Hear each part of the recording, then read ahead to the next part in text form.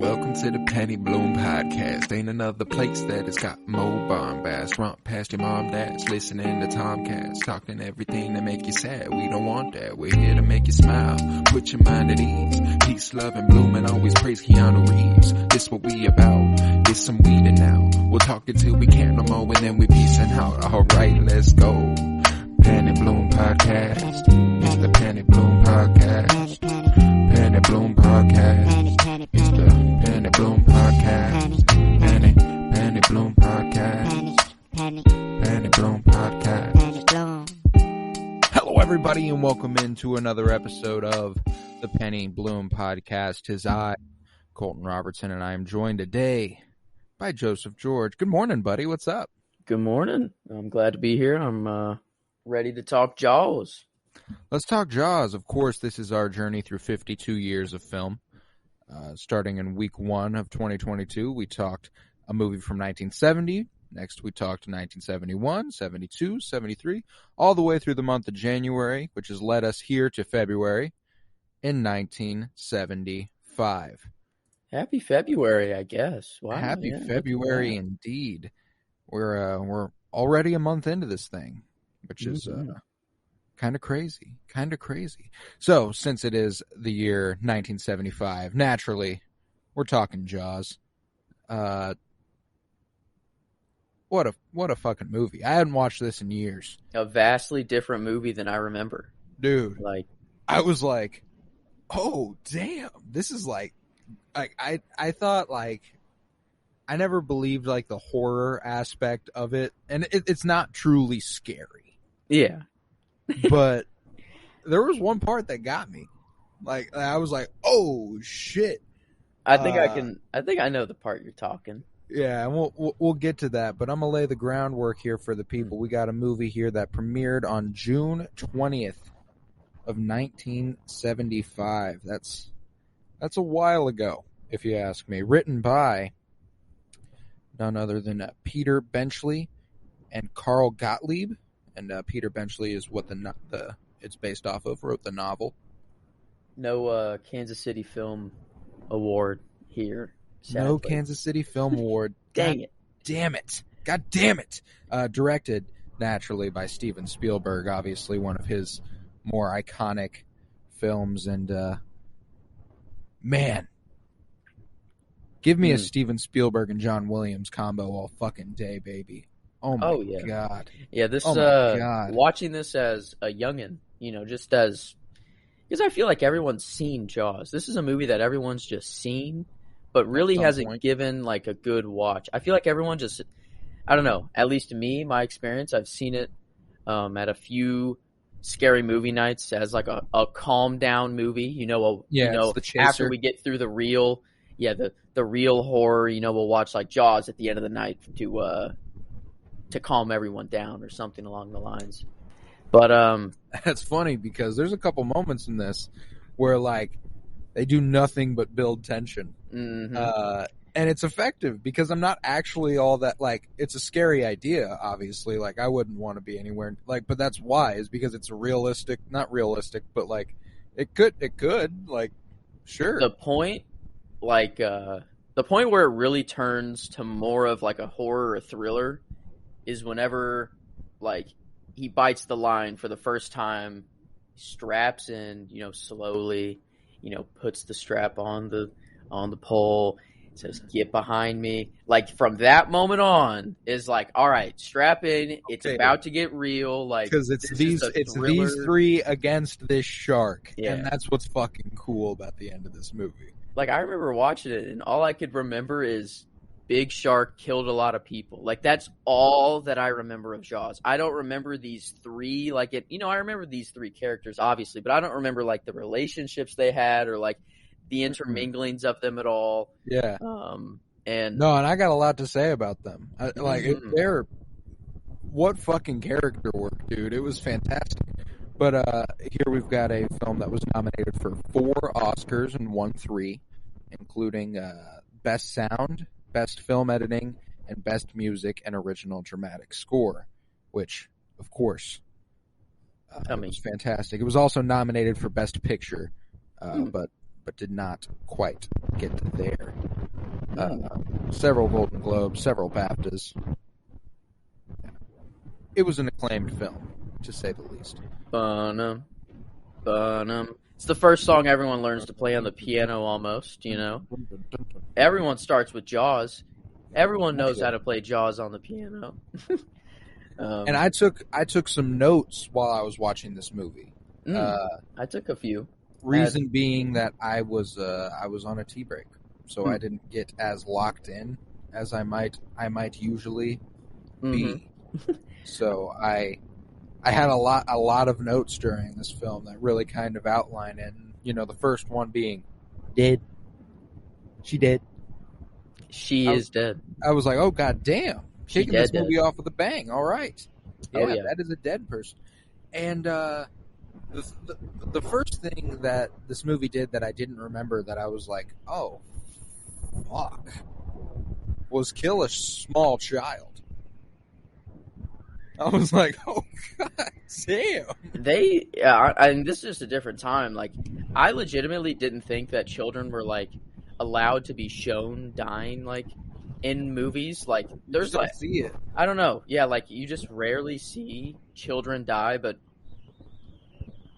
out here, I mean, you kind of clearly, all the blood washing up on the shore and stuff. I was like, god damn. It's not, like, implied. It's, like, there it is, like, right there. Like, he got ate.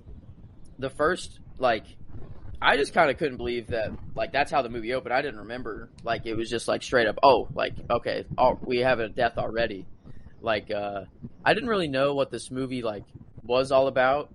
And then, like, the mayor came up, you know, and his anchored that was the first note I had, was his jacket. Like, like, this dude's already, like, just a character. The epitome of classist fucking just a piece of absolute shit, and you can tell from the get-go. Do you have a fan on by chance? Oh, the projector is on. Because there's, like, it sounds like blowing air. The projector, because it was... Yeah, it might just be because we're in the sub-basement. We're by the AC, like... Oh, yeah, the AC was on. Well, it's good. I don't hear anything anymore.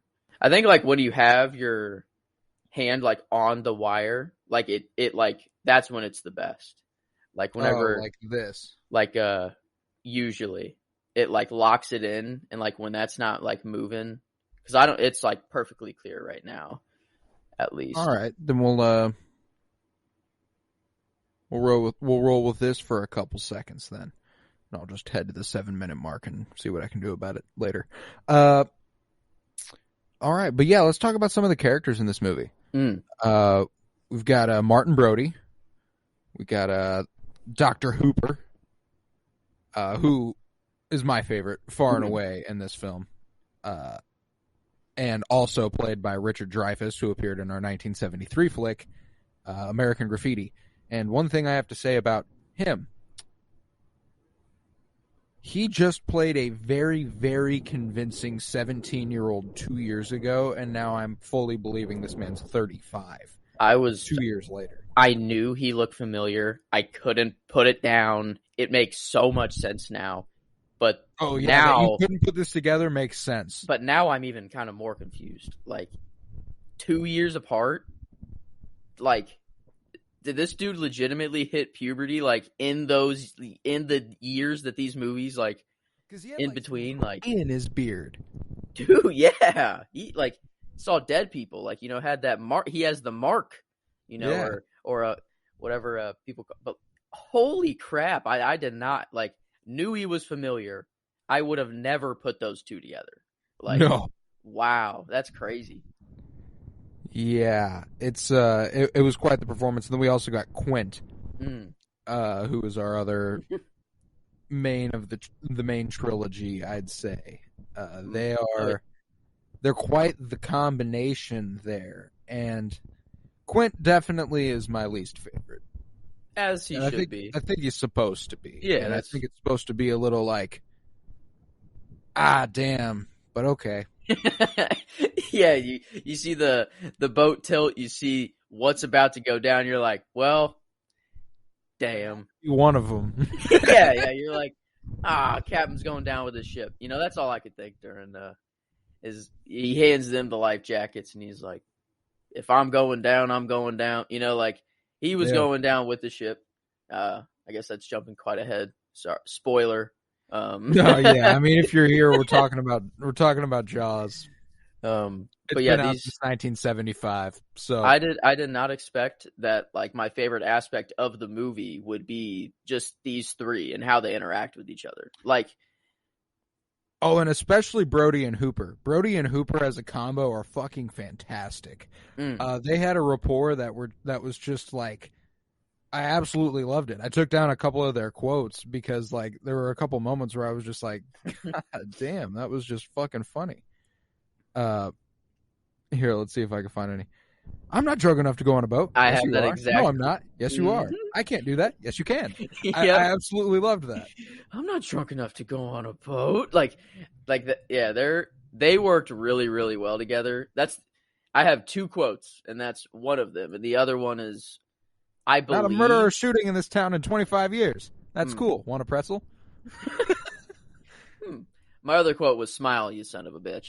Classic. Yeah, the moment, I'd say, But yeah, I had those are my only two quotes. I mean, I didn't take very many notes at all. I usually Oh wow. Yeah, you did pretty good. Yeah, wow, I have in total, I'm not drunk enough to go on a boat. Smile, you son of a bitch. And in between those two is, holy shit, this shit is intense. Because, it really builds the tension. No, those shots where they're just like, here's 45 seconds of nothing, no sound, no music, just the sounds of people in the water. And we're going to let you live with that for a second. Tell us how you feel. And boy, oh boy, like in those moments, I mean, like, I'm not like intensely afraid, but I'm like damn, I feel this, I'm like, it gets the heart rate pumping a little bit, it's like it gets you a little elevated. It's doing what it's supposed to do. It's interesting. Yeah. People who have like fear of like sharks and like there are people that are like really afraid of this movie. Like if you have a phobia of sharks, like my aunt, like she cannot watch this movie. She every time we would cool down with Jaws, she would leave. Like she's like, okay, this is where I go. Like I just watched all of these legitimate horror movies, and you guys are about to cool down, but Jaws, like, no, I gotta go. Like, yeah, because sharks are fucking freaky, bro. Like the black dead eyes, like doll eyes, like they win. Like if the whole world was underwater, like sharks would be the top. Like they made a point in this movie where like they're designed to eat. All they do is swim and eat. Like they're the Galactus of the ocean. Pretty much. Like they dominated the world like before humans like were around, Like sharks have always been dominant, and like it's just kind of like, I don't know. Like they're kind of cool whenever you just like evolutionary miracle. Yeah, like they're kind of a deviant, like straight up, like seems like they just got out of control and just they were allowed to grow to mega powerful. Anyone here who's like not a Marvel fan is just like, what the fuck are y'all talking about? Jaws. Sometimes? This is what they're getting out of Jaws right now. Yeah, dude, sharks are fucking deviants, bro. They're like, oh wow, yeah. Let me tie it back into but I'm with you. Like, and we're talking about sharks, not Jaws right now. Sharks are fucking wild. I'd say one character to hate more than Quint is the mayor. Oh, far and away. Like my only other note is like, does politics really ruin everything? Like it just, and the fact that it was like 4th of July, I guess is the only thing that was stopped. Like if 4th of July wasn't coming around, like would this even be a question? Like all someone had to say was like that. Like, okay, take a random date in the year. We hear we have like one confirmed death of a shark and then another missing. Like, if this is just a random time of the year, like they're shutting down the beaches guaranteed. Like, it's like not even a question. But just the fact that 4th of July is coming around, they're about to make all this money. Well, the thing that was most interesting to me is the fact that there were still tons of people at the beach. They were making their money anyway, and the mayor was like, "Go in the water." He straight up sent a kid to his death. Straight up. That man alone. If he wouldn't have told that one family, like, hey, like, go get in the water. Like, I guess it wouldn't be much of a movie because his food supply would have been gone and he probably would have just been like, peace, go on to another human-infested beach. But, we need a dragon conflict. And the mayor was a piece of shit, so naturally he was the one who was going to bring on that conflict. And I think it's funny that this movie is like inherently anti-capitalist in messaging. Mm-hmm. Which I absolutely loved, which I did not get, obviously, the first time I watched this movie and stuff, like, because it really is like, value human life over your fucking businesses, motherfuckers. That's really just all it's saying. Like, even after the mother, like, came and cried in front of all of them, and then the mayor was still like, she's wrong, don't listen to her, she's wrong. Like, and it, like, are you serious? Like, are you kidding me? Like, no, there were so many times where I was just like, people are way too lax about this. A shark has killed 2 people, bro. Like, chance for death is something that we kind of calculate and weigh throughout our lives just in general. Is like, do I have a chance of dying here? And if that even slightly goes up, in any situation, like even a percentage, like that should be enough to be like, oh, maybe let's rein this back in a second. Like, okay, we could chill. Oh, there's this massive shark on the loose, man-eater, only comes around purposely to literally just eat, and its main food supply is going to be people. Let's open the beaches. Perfect timing, perfect weather. It makes perfect sense. Let the people roam. And it was just like, whenever everyone's in the little classroom and he's like, we're going to have to close the beaches, and everyone goes, ah! And I was just like, what the fuck? A child just died and y'all want to keep the beach open? I think even the mom was like, no. Like, she initially reacted like, no, don't close the beaches, too. Like, and I think they showed her. I'm interested on rewatch because, like, I thought so too, because I was like, wait, what the fuck? At her too? Even more? And then they showed his mom later in the movie? Oh, no, it was after the kid died that they were in that. Yeah. Oh, never mind. So I'm thinking about something completely different. Well, no, she was a similar looking woman, because I had the same thought. That was all. Like, I was like, what the fuck? And then just to, on top of that scene, to just close it all off, to let this permanently tainted his character for the rest of the movie for me, is when Quint introduces himself by scratching his nails on a chalkboard. I was like, yeah, this motherfucker can get ate by that shark for all I care. Yeah, at first I was like, just this, like, I got past the scratch. Like, I just turned my volume down all the way while it was going on. It was the quickest mute I've, like, done in quite a while. But I'm like, I didn't know that he turns into Quint, and, like, that this is the guy that they go with, like, eventually, and I'm just like, damn, this dude's, like, kind of badass. He came in here, just sat there and was like, hey, give me $13,000 to catch this shark. I'll get it for you. You can have the head, the tail. You can have the whole thing. Just give me the money. You'll get the shark. Like, I was like, dang, this dude knows what he's doing. Like, yeah, he seemed confident. Mm-hmm. But yeah, just that sound, like, just scratch, one of the worst sounds in human history. Oh God, it's bad. It's terrible. And I also I have a bunch more notes here. I said, what makes Mr. Quint think he can fight and kill a shark? And then I saw his methods, and I was like, hey, any other shark, I think this definitely works. Yeah, like looking at his place, like just all the shark jaws and bone, like skeleton he had. I'm like, okay, this dude, he's not all talk. Like He hunts sharks. this dude, this is what this dude does. Yeah, yeah. That's his bag. And then you get his origin story and like the reason he hunts sharks, and it's like, oh my god.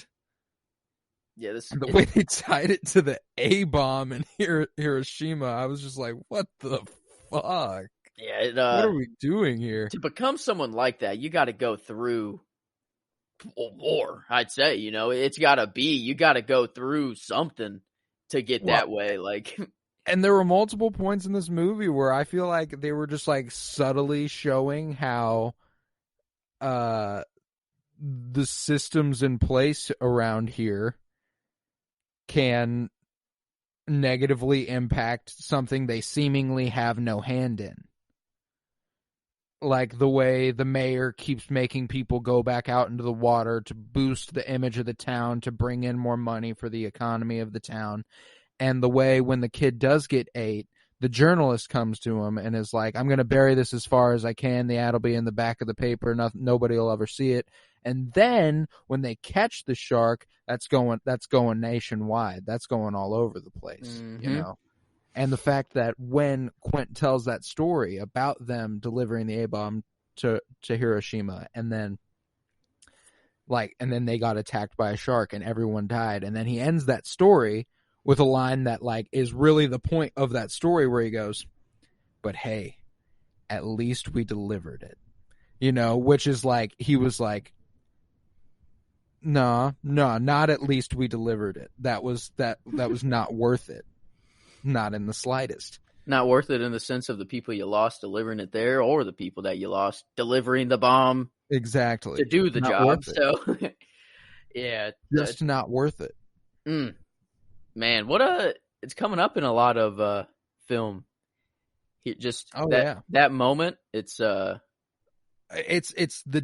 defining evil moment in recent history. Like it's like 45, right? Was that the year it happened? I don't want to say it, but like it's in the 40s at least. I know that for less sure. Than 100 years ago. Yeah, like people like kind of think like, oh, like black like and white, singular event. Yeah, one time only one thing happened. That's like one of the most evil things we've ever done as a country. It's not that long ago. Like there are people still alive today that saw it, and like that were born during the, like my grandfather like was 30 something years old, almost 40 years old, like when this happened, like that, like he's 30. Yeah, he was 30 something. So that's that's insane. Like I don't know, that just like thinking about how like recent it is, like actually.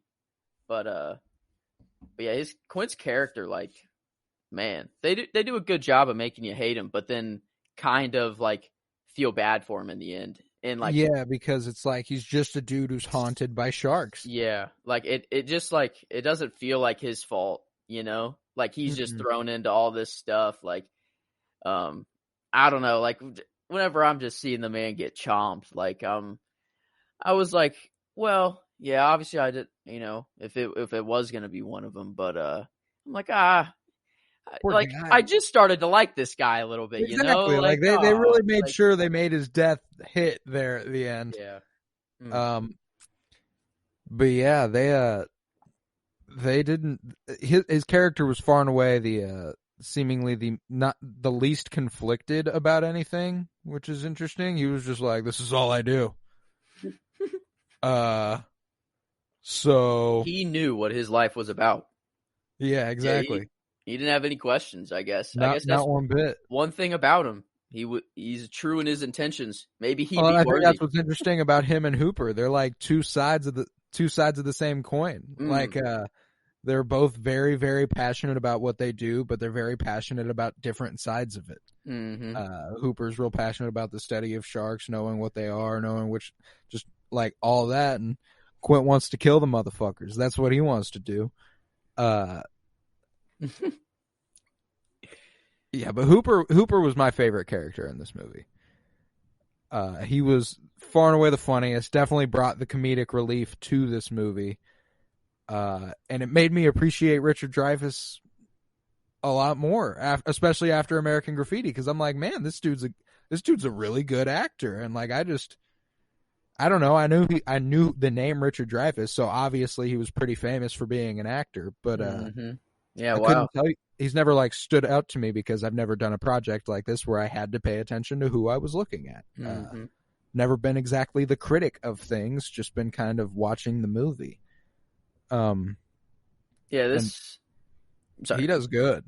He did a very, like, all three of these people played their characters like very well. Like, yeah, it makes sense why this is a classic movie. It makes sense why it won many awards. Like, these characters, like, are very strong, very well, like, written characters. Like, I always kind of thought Jaws, the shark, was really the main character of this movie, but like it really is pushed aside. Like he's really just like he's just there, you know.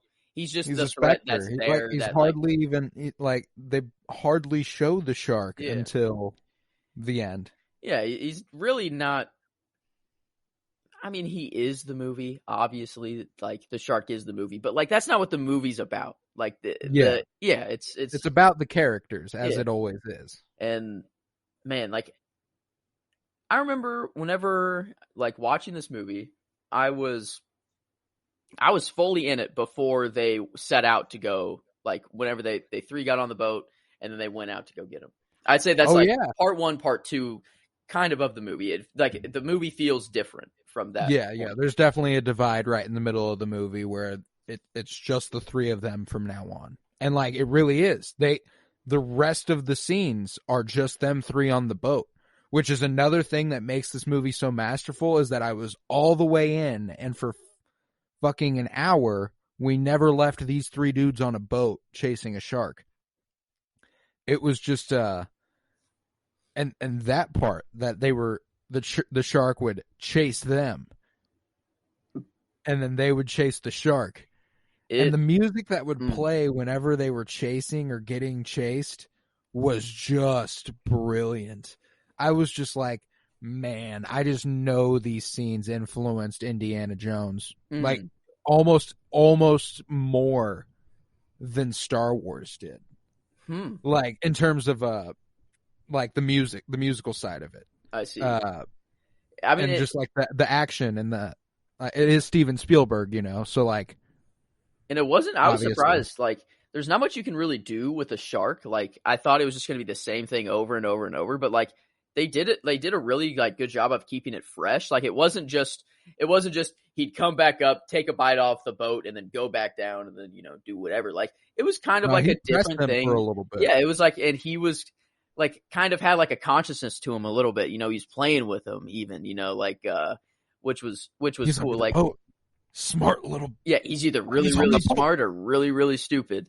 And like there were like they kept it interesting, which I thought was, I don't know. I didn't really have many critical thoughts like during this time because I was just like I'm strapped in, like crabs going, like it's intense. Right, like there's the only critical side of it you can really discuss is whenever the shark isn't pressing them and they just have to sit amongst themselves and talk, because that's when you learn more about them and stuff like that.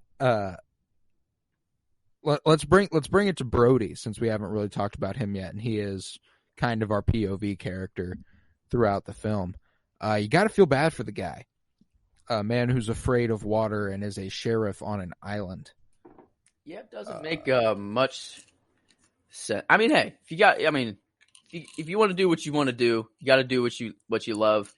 Hey, and it's not an island. It's not an island unless you look at it from the water. Yeah, like it's a good. I mean, kind of a good. You're just on a giant plot of land, like kind of a good philosophy, I guess. Like he's really taken the half glass full approach, Oh yeah, there. For sure. But yeah, he's a good dude, and I feel bad for him because he is a dude who just got manipulated by politics there, and that's the only reason he has any guilt on his conscience at all. Yeah, the whole time, like during this movie, I'm like, he felt guilty. I'm like, this dude has nothing to like. It's like, yeah, he could have taken matters into his own hands. He could have gone and been like, but like, hey, if the person who says the cause of death says it was not a shark anymore, what can you do at that point?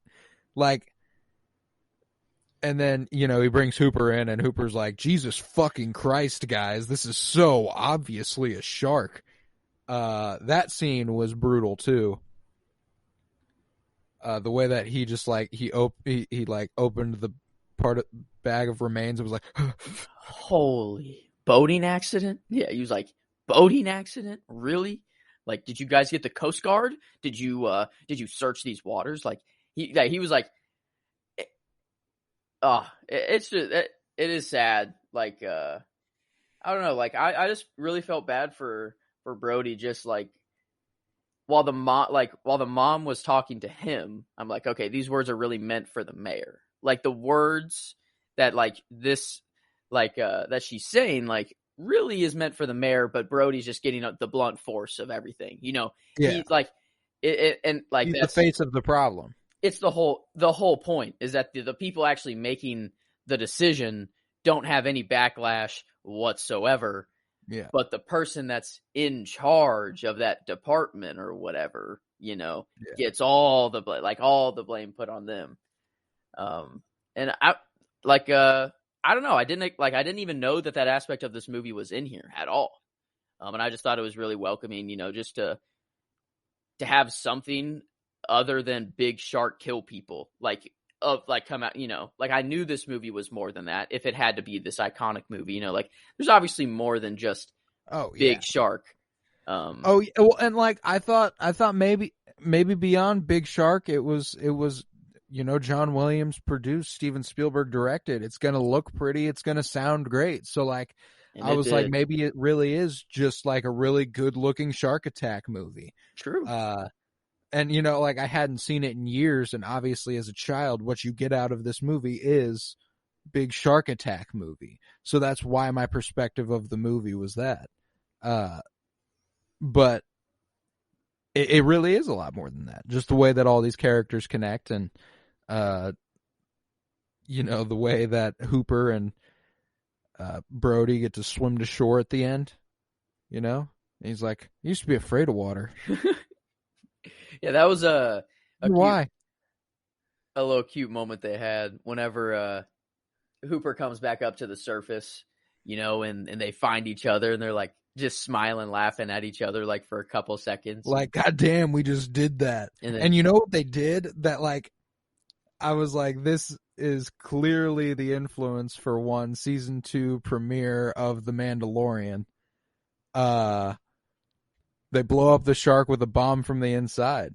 Oh yeah, yeah. I wonder if this was like the first time that kind of happened in movies, like blowing up something from the inside. You know? Yeah, I don't know, like a living creature. Yeah, I don't know. Like, it's interesting. I can't imagine it didn't happen earlier, but like, you know, this is a pretty good example of it. It's 1975's Jaws. Smile, you son of a bitch. It's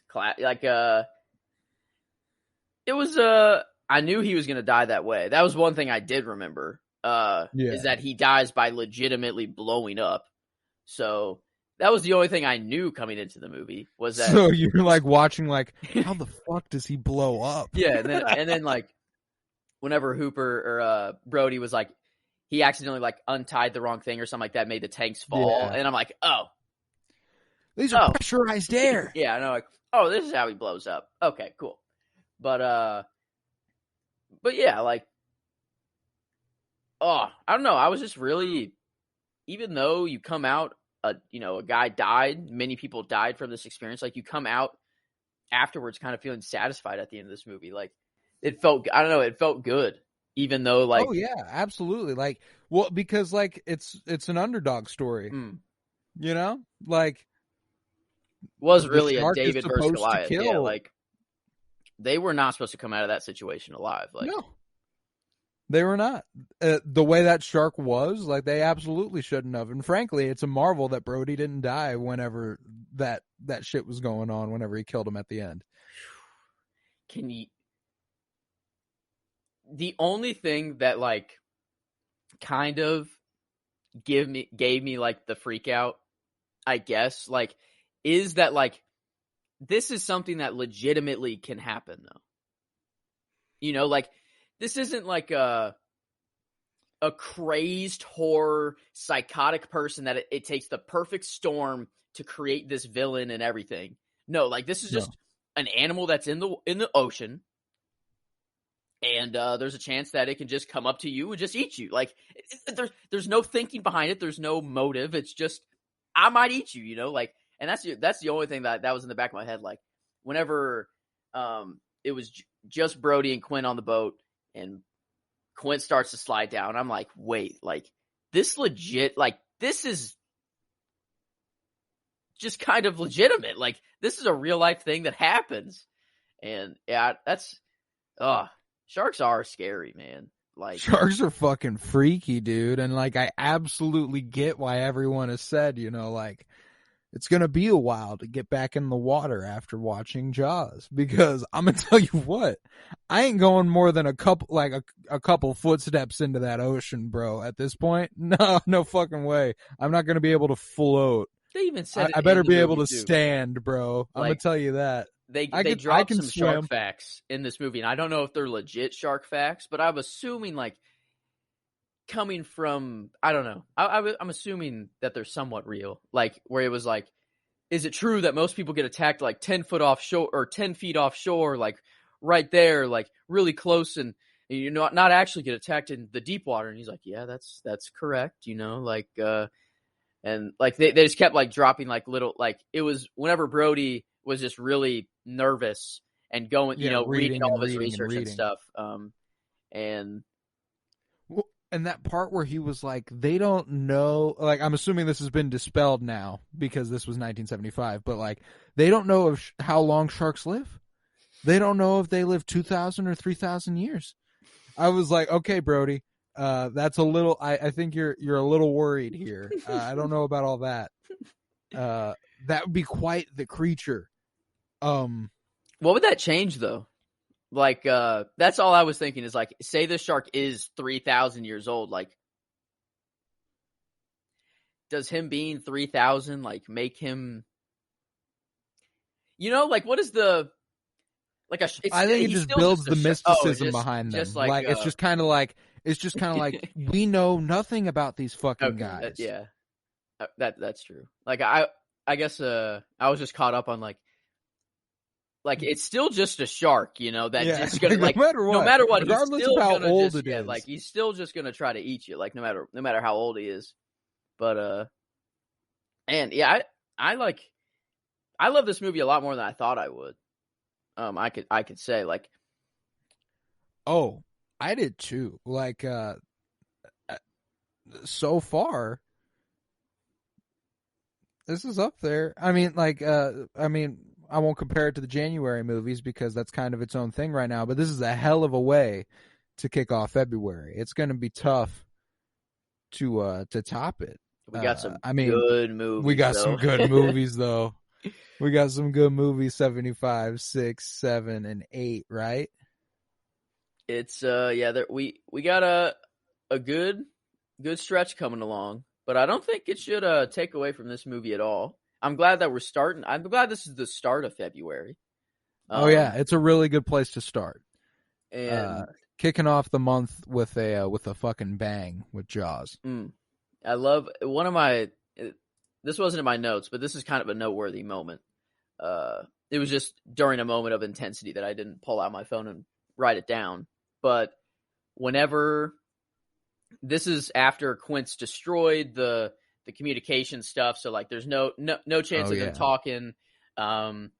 He's revving the engine way too hard, the boat's done, you know, so, and he's sinking the boat basically. So right after that, and he grabs all like the tech, you know, and he's like, so what exactly can you do with these? You know, it's like the moment where he's like, you know what, maybe we should try like the new way of catching shark. Maybe my way isn't the best, and like whenever they're setting up the cage and then they're just like, well, you got a better idea, do you have any other idea? Literally, if we could have just done what I wanted from the very start, like we wouldn't be in this, and he held it all in, like the face that he had, he was just looking out into the ocean, just pissed off, like didn't want to yell out because they like knew they were kind of fucked anyways. Like, well, it's like you're out of options. It's like you literally need to be open to anything because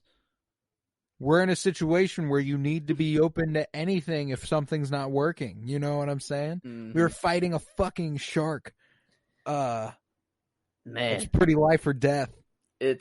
I don't know. The conflict in this movie, like just this movie just surprised me. I think that's the main like thing I'm taking away from this movie is that like I just didn't expect it to be so good. Like just it was very, I don't know, just kept me on the edge of my seat, I guess, like that like it was just a what? That was one of my favorite parts of this movie. Whenever Hooper's like, it's a tiger shark. And the dude's like, a what? A what? Yeah, like, that'd be if you never, like, because tiger shark, I feel like is a pretty common, like, people just know that tiger sharks are a thing. I don't know, I've heard tiger sharks. Well, I think people know that tiger sharks are a thing because, its name is a tiger shark. Like, those are two menacing animals all wrapped into one. But back in this time, like, they're kind of playing that, like, people just legitimately don't know anything about sharks at all. And imagine hearing, like, from a shark expert, basically, just the words tiger shark. Like, I'd be like, all right, that's pretty dope. Like, okay. All right. Like these, this is the realest animal. Like, I don't know. I have kind of like a little shark obsession now. And I've been like, I watched a few YouTube videos on sharks, like legitimately. Oh no, that's a real thing. And I think it's something that like literally every boy will go through at some point. Be it 2 years into your life or be it 21. It doesn't matter. No, because Griffin, my little brother, dude, he went on a little shark phase a couple of years ago, read a bunch of shark books, watched a bunch of YouTube clips, got like obsessed with like the idea of like megalodons and shit like that. Like I was like, all right, buddy, you do you. Be this marine biologist type beat. I fuck with it. Mm-hmm. But yeah, dude, shark, like they're just interesting to learn about because we don't know shit. It is the ocean is a crazy place. That's for sure. We don't know what the heck's been going on out there. Like we think we got everything figured. Oh, we don't have everything figured out on land. That's for sure. But we definitely don't got it figured out in the ocean either. Like even less. Certainly not. Certainly not. I'm looking through all my notes here just to see if there's anything that I want to touch on more specifically. Oh yeah, cleaning out the inside of a shark might be one of the grossest things I've ever seen on screen. They really let us see that too. Like there were not a lot of things that they hid. I mean, in just white liquid, the fact that it was like milk, like that spilled out. Like I didn't even know. Like I don't know what I was expecting, but the fact that it was like, I was like oh, and then you literally see Hooper like start to like gag, and then it's like, oh, like man, like yeah, I don't know. They didn't shy away from showing that or killing a kid. So 70s really just a different time, man. No, bro. And one of my notes here is okay, yeah, that dead dude underwater in the boat is the first thing that really made me go, oh fuck. Cuz it was a jump scare and it was a dude with one eyeball whose severed head was floating in the water, and I was like, that just freaked me the fuck out for a second. Yeah, that's like, the part of the movie that like I think gets everybody because it's kind of legit unexpected. You're down there. It's not. Well, I'm more worried about seeing the shark. I'm not worried about seeing the dead body. Mm-hmm. That's what I like. So then I see the dead, and I'm like, oh fuck. That's just not what I was anticipating. Like the scary moments, like that jump scare of the head coming out and then it compared to like the jump scare to where Jaws is like comes up behind Hooper in the cage instead of in front of him. I'd say those are like the two jump scare moments. The human head like is way, way scarier because the Jaws moment, you know it's happening. You know, like they're in this like, heated moment already. He's going down to expressly see the shark. There's the only one possibility here. Mm-hmm. But I totally agree that like it. I think I jumped. It was like a little like there was a reaction. A little reset. Yeah, like, you know, like definitely. Yeah, it was definitely. Yeah, there's a little action there. Yeah, like this. The amygdala got working. I'm gonna tell you that. Did they market this as a horror or like? Well, I think so because like I think if you're making a shark attack movie, this is a horror movie on the coasts. Like, there's a reason we don't view this as much as a horror. It's we don't because we live in Missouri. We have zero worry. Like if I live on Florida or South Carolina or any of those, like I'm like, that's true. Fuck no, man. You realize the beaches that you swim in all the time are shark infested. Like you have that. Like before you watch the movie, you're like, yeah, I just swim in the ocean. It's just a thing I do. But then after this movie, you're like, wait a minute. There are other people in the ocean. There are other things in the ocean with me. Like, I feel like having that, like the history that you just swim in, like growing up and swimming in the ocean, not even thinking of a shark attack, and then like watching something like this and being like, wait a minute. Like every time I've swam in the ocean, like that was a possibility. Living in Missouri definitely helps. If sharks if they were in lakes and stuff, yeah, that'd be.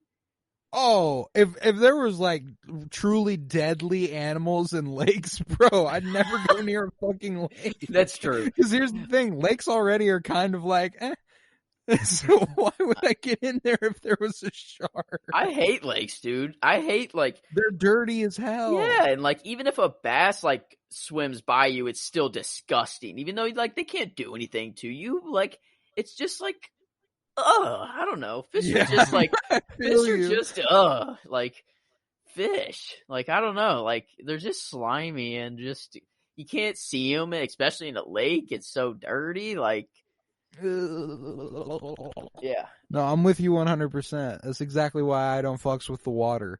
I like a nice little swimming pool. I can see the bottom. I can see my feet. I can see nothing else in the water with me. Right. Hey, you want to get me in a saltwater pool? I'm there. Yeah. Emulate the ocean. Emulate it for me. Waterproof VR, dude. Get me up in the scroll ship with Nick Fury. Waterproof? Oh, you might have just did something. I don't know if that's even possible. Like with our waterproof VR. But like to take it to the next, I don't know really what you could do. Like now that I'm thinking more about it, it doesn't really make a whole lot of sense. Well, you'd have to do the whole like sensory, like you'd have to crack a whole other side of the virtual reality thing that we just have not figured out yet. Yeah, no. Like you'd have to get to the physical sensation side of it, which would be fucking incredible. You know what? You get working on that. Penny Bloom trademark and heck yeah, because what I was thinking is like a moment like this, a Jaws like VR moment where you like imagine you have Quint's POV, like that moment, like this in VR would be legit scary. Like oh yeah, like I wonder if they're not like, is this? Do you think ever would get a remake? You know, like.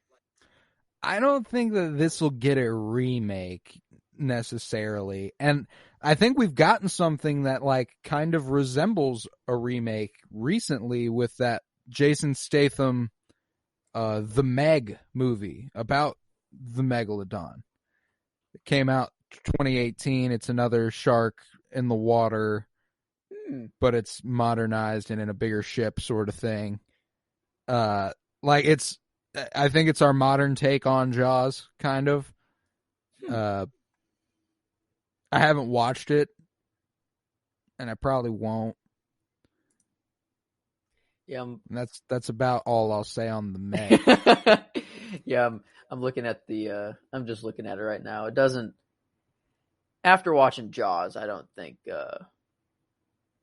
Hey, no hate, because it could be good. It could be good. It's just that like it'll be a second. I won't watch it like right off of Jaws because I want to give the Meg a fair shake. Can't watch Jaws and then watch the Meg. That's just not how it works. That can't be allowed. My next note here is at this point, I kind of just want Martin to go ahead and threaten this mayor's life himself.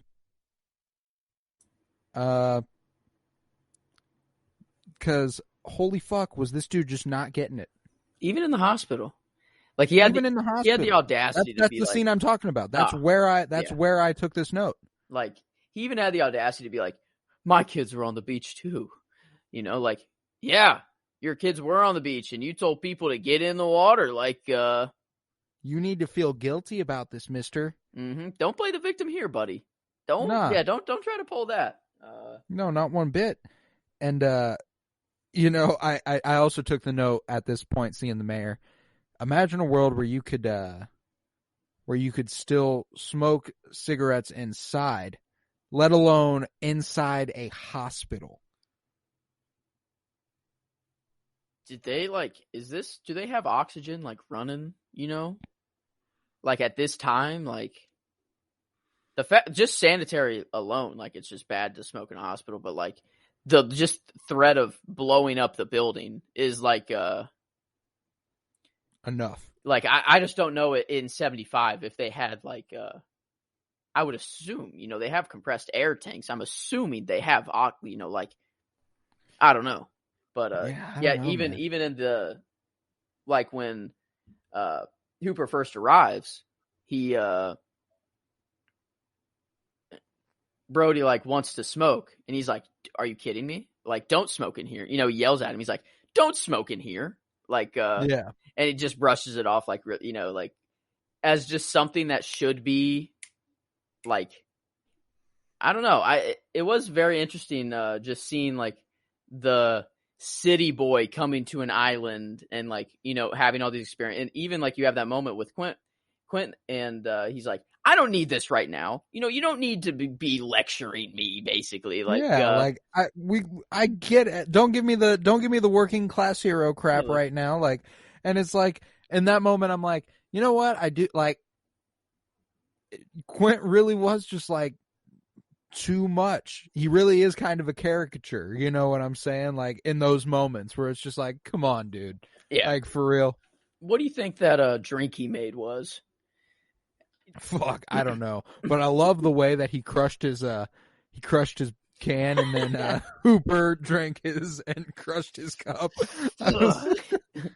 Oh man, I thought that shit was hilarious. Hooper was funny. He was like, his moments were just hilarious. Him up there, him driving the boat, and Quint's like, let me drive the boat. 225 Southwest, blah blah blah. And he's like, 225 Southwest. The faster I get out of this, oh man, yeah, he was funny. Dude, he was funny. Definitely as hell. The favorite of the movie. I got a holy shit, 25 feet, 6,000 pounds. That's how. Is this? That was the measures. Was this based on a true story at all, or is this completely fiction? I think the shark itself is embellished. And I couldn't tell you if it was based on a true story. I don't think it is. However, I mean, like, it's not out of the realm of possibility, The thing that I would assume, Jaws is not a true story. It's based on a novel. So, okay, that makes sense. The only thing I was going to say that would be based on a true story would be like the mayor aspect of like keeping the beaches open during shark attacks, and like not the side. And the three guys going out on the water and killing the like. Yeah, so I could see that being based on a true story. I just couldn't see it being a 25-foot, 6,000 pound shark that strictly eats people. Yeah. But lifeless eyes, black eyes. I guess it's like doll's eyes. I better that it's not based on a true story. That this is something that was brought up, from fictional. Yeah, like this. That makes me feel better about this movie, knowing that it wasn't based on a true story. How about that shot with a meteor in the background? Really? Like, there is a shot where a orange streak flies across the sky. And there's a lot of myth around it about whether or not it was like CGI'd in for no reason. Or if they just happened to catch it on film. I saw a shooting star. Or yeah, I think. Well, it looked orange, so I just went meteor with it. But it might have been. Yeah, it might have been a shooting star. Or I saw I remember seeing something shoot across the sky, and they were kind of talking about it. I think in that moment they were talking about the sky or something, and then they didn't mention that. Yeah, and I had a small theory that for some reason it's somehow connected to 1993's Jurassic Park, also directed by Steven Spielberg with a score by John Williams. But I that's about as far as it goes. It's just the meteor's dinosaur thing is the biggest connection I can make there. Be kind of cool. It would be kind of cool. Yeah, there's a lot of the dinosaur DNA that lands on Earth is on this meteorite that lands, and then the scientists get it, harness it, and with this this meteor on the internet. That's for sure. People are deep into I didn't know there were theories on Jaws. Now I can dive deep into this meteor theory. I'll report back and have a full Ultron explanation, some Ultron level explanation, but I really loved that shot because it was already a cool shot of Brody, of just him against the plain blue sky. That's right. I see. And then a meteor shoots across it, and it's like, oh fuck, that was cool. And another thing I wanted to say, the specific thing that I know is done on purpose throughout this movie is all the silhouette shots. There were several silhouette shots of several characters, and every single one of them was beautiful. I absolutely loved it. There was one, I can't remember. I don't know if this is the end or something along the lines, but there was the shot where could have been while someone died. But blood took up the whole camera. It was in the water. I think the camera was underwater. Blood slowly takes up the whole camera, and then something's I don't know. There were just shots that were just beautiful. No, it was crazy, dude. There were shots in this movie that straight up I was like, these are the prettiest shots we've seen so far in this year as we've done it so far. I don't know. Maybe there is something, because I'm trying to think of new movies when we think of shots like this, shots that were whoa. It's whenever we're first we don't really have camera shots like these anymore. Artistic it's usually vast space or something that big. Gets, that gets us now to say wow, that was a beautiful shot. That was unbelievable. Big landscape type shit. Yeah. But really it could be a shot of two people sitting at a dinner table with a movie like this. That scene is beautiful. I just don't really feel we get that. At least in the movies that we watch today. Certainly and there are certainly critically acclaimed ones, but this was a pop culture moment in 1975.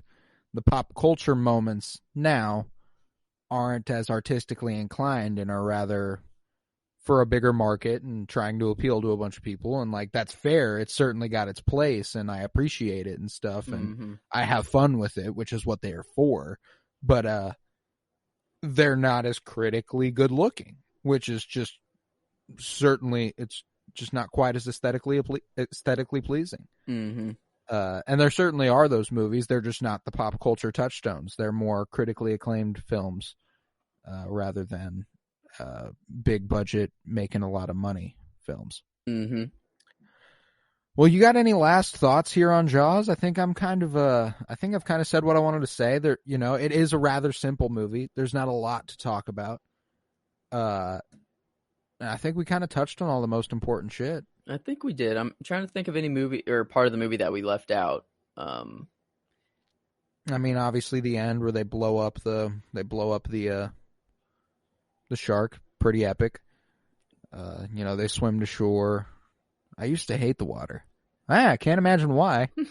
Love that. That was fantastic. Kicking. It was so cute. Just seeing them kicking just the little kicks, just the little kicks side by side.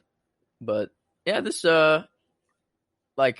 thinking as far as ratings now. I'm glad we're in a new month and this is a clean slate on rates.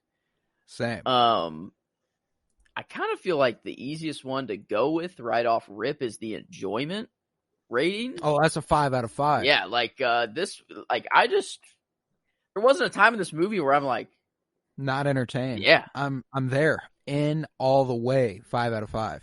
All right, I'm glad we're on the same page there. So I mean, now it's just as a genre. Is this as a thriller, as a horror, as a this is an interesting genre. I think let's see what it's classified as. It says thriller and adventure on horror or on IMDb. Thriller and adventure. And as a thriller. And here's the thing, as the thriller, I'd go 4.8. Really high, but not overwhelmingly high, because I wasn't exhilarated. There are movies where I go I am on the edge of my seat, breathing hard. And you know what? Saying that, I'm gonna go 4.5. I'm gonna drop it down even further. I have expressed examples in my head where I have straight up been oh my God, had almost a panic attack because of what was happening on screen. Now, as an adventure movie, though, that's the other side. Adventure side of it, I give that a 5. So I'm thinking I might want to just go ahead and meet somewhere in the middle and go 4.7 overall for the genre. That sounds about right. I was as an adventure, this killed it. I'm a true horror and thriller freak. It's what I love. And even as someone who loves horror and has seen countless horror movies in every way that horror can be done, they did a really good job at building suspense and it is the building of tension. Yeah, it's not what's happening is that scary. It's just the tension. The tension is really the word that. And it's kind of unfair of me to be to say that there is a movie that has made me go just nearly have an anxiety attack, because it isn't a horror movie. It is one that simply was doing what Jaws did. It wasn't a truly scary thing on screen. It was just tension building. And I was just so, and I want to get to that movie, but it won't be for a while, 40 years or something like that. But it's a good one, but it's unfair. It's unfair of me to compare that only next to it. Mm-hmm. So 4.7, 4.75 is probably fair for the genre. I'd say that's fair. I'm comfortable putting there. And as a film now, whenever I take film into consideration, I think of camera work and the soundtrack and, all of these things that it did very, very, very well. Very well. This is a new month. We're not comparing it to the old, so I'm trying to just keep that out of my, I'm not even looking up there. I'm trying to as well, but you can't get it all the way out of your mind because it is higher end. Yeah. This is, there's a reason it won awards. As a film, I mean, I'm thinking I'm not going anywhere lower than a 4. Oh, absolutely not. I wasn't even thinking of going lower than a 4.5. Yeah. A 4.5 is probably on the low end for this film. So I kind of want to bump it up just a little bit and go like 4.6 or 4.72. Right. Like, not 4.72, but 4.7 also. Either or I'm okay with. I think, let's see, do you think this movie did better as a film or better as its genre? Honestly, I think it did better as a film than it did. Yeah, I say so too. So maybe 4.8. Yeah, like I think if we gave it a 4.7, like as its genre, I truly think I think 4.8 is fair, like as a film. All right, like then I'm there with that as well. Gives it an average of 4.83. Going That's across, going back just to say that we can just looking at where this it falls, is the only thing we can put it up against right now. It ties Godfather Part 2 as an average score. That's where it ties. I'm so glad you said that because that's like exactly where I wanted to put it. So I'm very satisfied. Yeah, so it's like it ties Godfather Part 2. It's higher than American Graffiti. It's higher than A Clockwork Orange. It's still lower than The Godfather. I'd say even with keeping those ratings out, I still feel like we did a good job putting this movie where it belonged. I couldn't help but think of it just because right now we do only have that sample size of 5. Mm-hmm. So it is easy to just go ahead and put it onto that. So, but as we get deeper and deeper, obviously I won't be pressing these movies up against everything we've done. It's gonna eventually come to a point where, especially, I mean, later this month, it'll be all about February, and then going into March, it'll be all about March, and so on and so forth. But yeah, that concludes it. So 4.83 overall rating out of 5 Heck yeah. for us here on Jaws. That's a good one. I feel really good about that. But yeah, man. This is the Penny Bloom podcast and our journey through 52 years of film. Obviously, this week was 1975. First week of February. Second week of February, we're doing 1976. And we will keep going, 77, 8, week after week, all the way up to the last week of December, where we will be covering a movie from 2022. 52 weeks, 52 years covered, 1970 through 2022. So, next week is 1976, and that leads us into quite the different movie from Jaws and Martin Scorsese and Robert De Niro's flick Taxi Driver, which I've never seen. I have not either. So, I am looking forward to it. I'm very excited about this one. Yeah, I got this one on the old DVD like I did Jaws just this last week, so I'm excited. But yeah, so next week, Taxi Driver. Very, very excited for that. I was Colton Robertson. I was joined by Joseph George. Thank you very much, buddy. Thank you for having me. It's always a pleasure. It's always a pleasure, and I cannot wait to be back with you next week talking 1976's Taxi Driver. If you would, head to patreon.com/CoRoBloom, where there's well over 20 hours of exclusive content at this point and a bunch of artwork I put up, only exclusive to there. It's a lot of fun, and all that money goes back into making sure this podcast can happen. If you would, follow on Twitter at PennyBloomPod, where you'll be updated on any movie we are watching week to week, and updated on the goings on in general amongst us at Penny Bloom. Then follow on Instagram at Penny Bloom Podcast. And remember, peace, love, and bloom. And here's to sleeping with the bow-legged women. Good choice.